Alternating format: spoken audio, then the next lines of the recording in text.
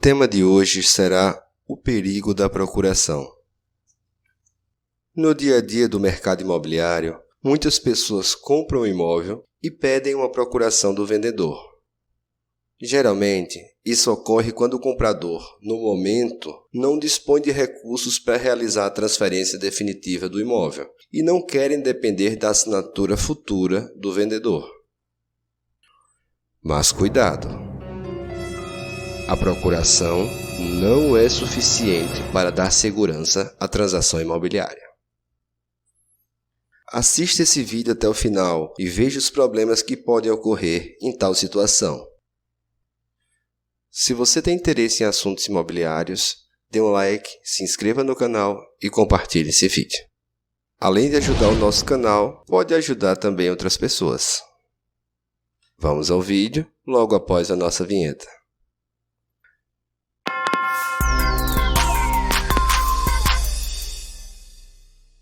A procuração, mesmo que celebrada por instrumento público, não confere direito real sobre o imóvel adquirido. A procuração transfere poderes de representação e não direitos sobre o imóvel.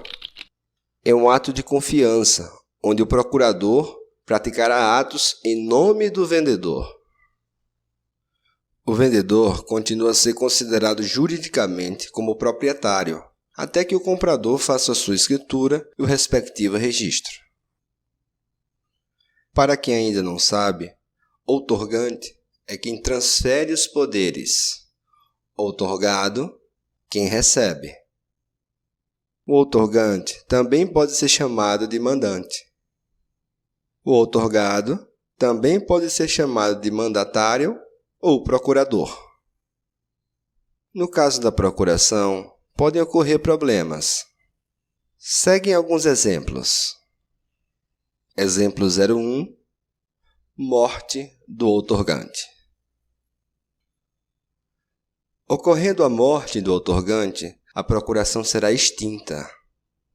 Essa previsão está contida no inciso 2 do artigo 682 do Código Civil Brasileiro. Ou seja, se morre o outorgante, a procuração morre junto. Observação: existe um tipo de procuração que não é extinta com a morte. É a chamada procuração em causa própria. Esse tipo de procuração é muito similar a uma escritura pública, permitindo inclusive a transferência em favor do procurador. Mas se existe esse tipo de procuração, por que toda procuração então não é em causa própria?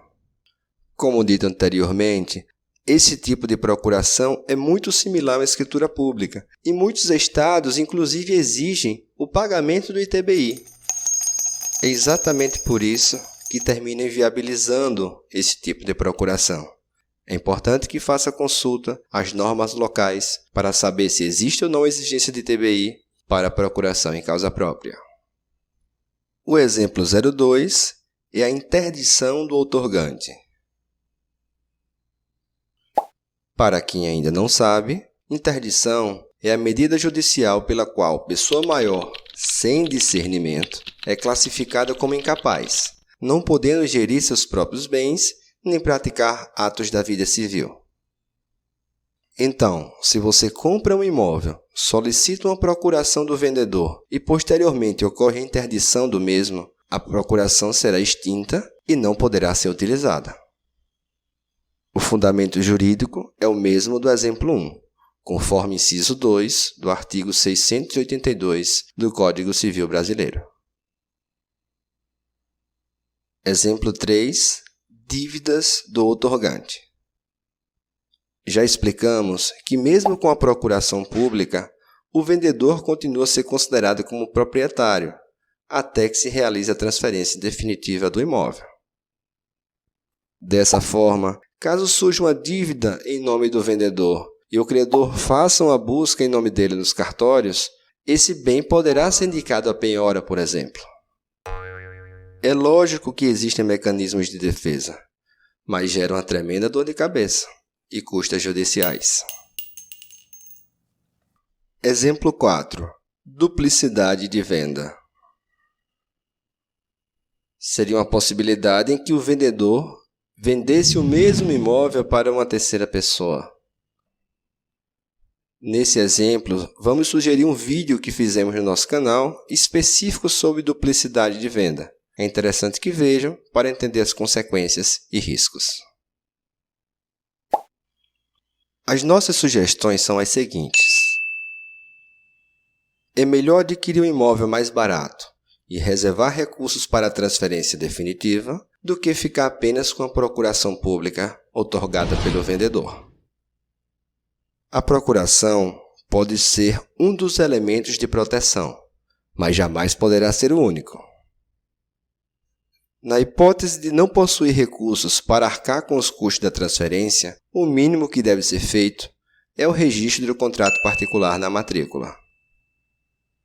Se mesmo sabendo dos riscos, você opte por solicitar uma procuração, 2 detalhes essenciais precisam ser observados. O primeiro é que, para a transferência de bens imóveis, a procuração deve ser pública, ou seja, feita em cartório. Não pode ser por instrumento particular, mesmo que seja com firma reconhecida. O segundo detalhe é que deve constar na procuração poderes específicos para a venda de imóvel. A procuração com poderes gerais somente confere poderes de administração dos bens.